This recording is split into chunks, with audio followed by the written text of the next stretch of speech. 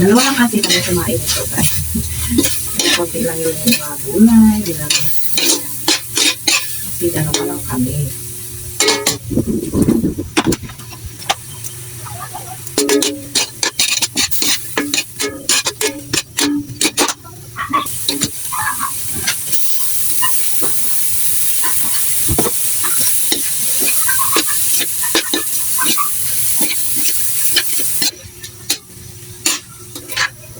So, ito na guys. Ito na siya. At kakain na kami kasi mga 12:30 na ng tanghali.